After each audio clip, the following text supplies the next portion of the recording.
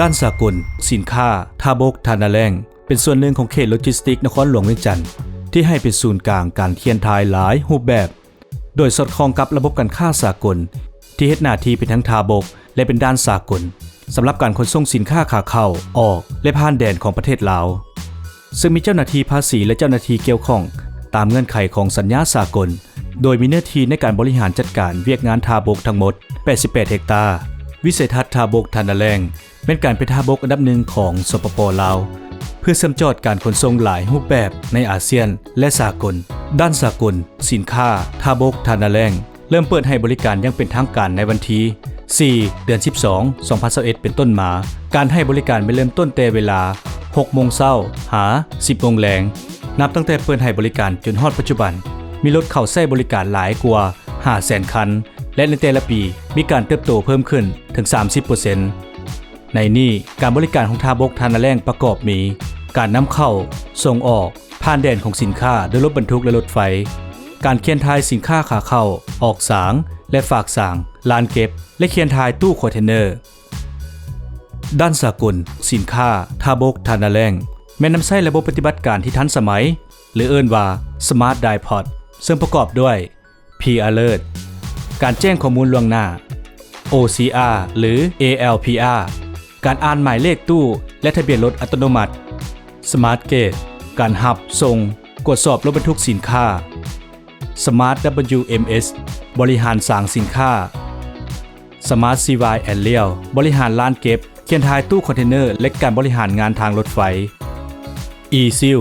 ระบบติดตามรถบรรทุกสินค้าแบบอิเล็กทรอนิกส์ Truck Status and Rail List ระบบการตรวจสอบสถานะรถบรรทุกที่เข้าออกและใบปล่อย Interlink การคิดรายและการจัดเก็บค่าบริการด้านสากลสินค้าท่าบกท่านาแรงมีเส้นทางเข้าสำหรับรถบรรทุกสินค้าโดยเฉพาะเริ่มตั้งแต่ขวมิตรภาพแห่งที่1ไปจนฮอดท่าบกท่านาแรงรวมเป็น 2.5 กิโลเมตรมี2ทางเข้าออกเพื่อตรวจสอบรถบรรทุกระหว่างประเทศและภายในประเทศมีทั้งหมด12พร้อมทั้งอีก1-2 ทางเข้าออกสำหรับรถบรรทุกเกินขนาดซึ่งใช้เวลาในการตรวจสอบเอกสารของรถบรรทุกบ่เกิน3นาทีต่อคันหรือ 1,920 คันต่อมือและสูงสุดถึง 691,200 คันต่อปีลานตู้สินค้ามีหน้าที่กว้างขวางสำหรับการจัดวางตู้คอนเทนเนอร์ได้หลายถึง 14,400 TEU มีการวางแผนพื้นที่อย่างเป็นระบบมีจุดสำหรับวางตู้อย่างเป็นสัดส่วนเฮ็ดให้ง่ายในการจัดเก็บและเคลื่อนย้ายตู้โดยควบคุมการขนส่งตู้ในลานและติดตามตู้ในลานแบบเรียลไทม์มีพื้นที่วางตู้ที่อยู่ใกล้กับทางรถไฟซึ่งเป็นจุดเชื่อมต่อและขนถ่ายตู้สินค้าระหว่างรถไฟไทยและรถไฟลาวจีนเฮ็ดให้การขนส่งตู้สินค้ามีความว่องไวและมีประสิทธิภาพมีอุปกรณ์ที่ทันสมัยในการยกตู้สามารถยกตู้ขึ้นลง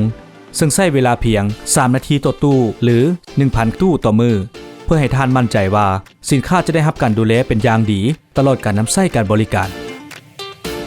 ด้านสากลสินค้าท่าบกท่านาแรงมีสร้างสินค้าที่ทันสมัย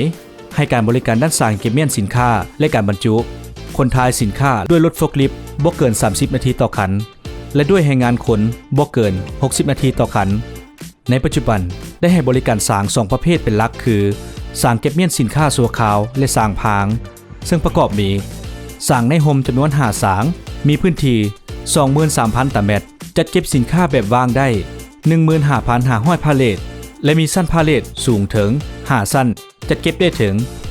2,234 พาเลทและมีระบบเปิดปิดประตูและมี2ทางเทียบรถปรับระดับได้นำใช้เครื่องจักรเป็นประเภทรถยกหรือเคลื่อนย้ายสินค้าด้วยระบบไฟฟ้าเพื่อแน่ใจนำใช้พลังงานสีเขียวที่เป็นมิตรต่อสิ่งแวดล้อม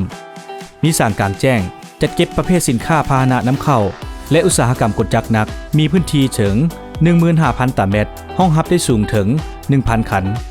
ด้านสากลสินค้าท่าบกท่านาแรงที่มีความมุ่งมั่นในการบริการที่มีคุณภาพรักษาสิ่งแวดล้อมพร้อมสุขภาพความปลอดภัย